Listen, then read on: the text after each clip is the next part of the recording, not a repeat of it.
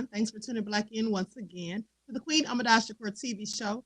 I'm your host, QueenAShakur. So as you're coming in, please feel free to go ahead and subscribe to the channel if you haven't done so already. Be sure to click that notification bell and click the word all so that you're notified each time the Queen Goddess goes live. Okay, so let's get into it. An armed felon says he regrets not shooting the police who arrested him. This is what the little devil says. Now, this happened in Charleston, South Carolina. A convicted felon carrying drugs and a handgun said he regretted having not shot police when they took him into custody after a disturbance at a local bar, according to investigators. Well, honey, I'm going to tell you like this. He better be glad he didn't shoot any of them because he would have been dead. And if not, he'd likely be facing a life sentence. So how foolish is that? Now, the incident occurred at the Taco Mac bar and restaurant in the early morning hours of May the 5th. Now, witnesses said a man came into the business with a pistol in his waistband and began cursing and yelling at employees and customers, which resulted in someone calling the police. So he was later identified as convicted felon Justin LaRon Knight, according to the Noonan Times Herald. Now, when officers arrived at the scene, Knight allegedly balled up his fist and charged towards them while continuing his vulgar tirade. Honey, he clearly had all the smoke and the flames. And so at one point, Knight allegedly started poking an off-duty deputy in his chest. Say what now? Honey, he better be glad that he's still breathing. But let me continue. Now, officers moved in and grabbed the suspect's arm, at which point he attempted to reach for the gun hidden in his waistband. The officers were able to prevent him from reaching the weapon and took him down to the ground. Knight was subsequently taken into custody. Investigators said that they located a Glock 19 handgun, cocaine, and marijuana on the suspect while they were searching him. Knight was taken to a hospital for a medical evaluation where he allegedly told officers that he should have just shot them. He said, I should have went on and blowed y'all. That's what he told the police, honey. Clearly ghetto. Knight was booked into the Coweta County Jail on charges of possession of a firearm by a convicted felon, obstruction of officers, disorderly conduct, going inside guard line with weapon, liquor, drugs, marijuana possession, and narcotics possession. So, honey, his bond was set at $3,000. That's kind of low for all of this comparison. But he better be glad that he's alive, honey. I mean, he sounds like a whole fool. I'm going to share my screen so you all can see him with his silly self. Clearly, he'll be doing hard time. Okay? Clearly, and as far as I'm concerned, he absolutely needs to. I mean, he went in there causing all kinds of chaos and going off on the patrons as well as the people who were working there for no good reason, they say.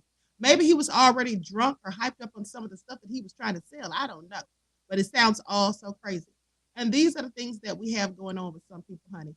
Some people just want to act like they're foolish. I don't know if the Kool-Aid's got them acting crazy or what.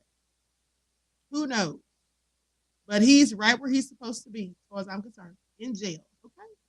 That's just what it is. And so anyway, everyone please like and share.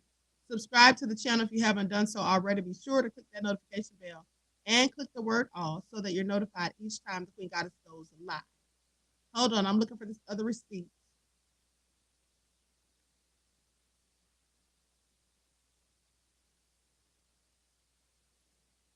Hold on, beloved.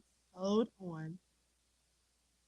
Okay, so let's talk about it because they say that China is stockpiling food. Now, I told you all about this weeks ago, all right? That they say they were stockpiling food. Hold on, let me pull this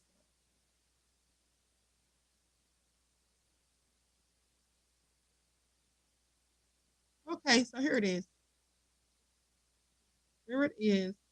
They say China is preparing for D-Day invasion for the continental United States with forces to land on the beaches of California as Biden and Newsom serve as China's accomplices. What? This is what they're saying, honey. And they're saying that due to the food shortages, people are stockpiling food over there and just trying to barter and all those types of things.